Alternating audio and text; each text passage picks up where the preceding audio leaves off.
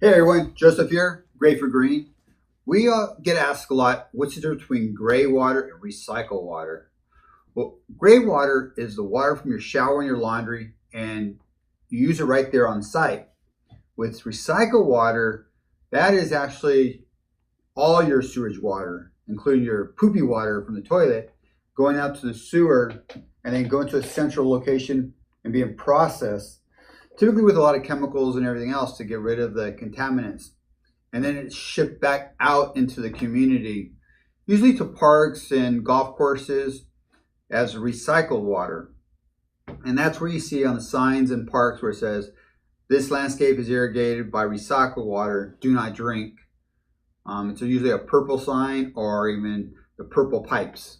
So that's the difference between the two, gray water and recycled water.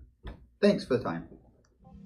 Click on the description below to find out where to buy the products. We also have links to instructions to how to build a Greywater system. Be sure to subscribe to our channel and like this video.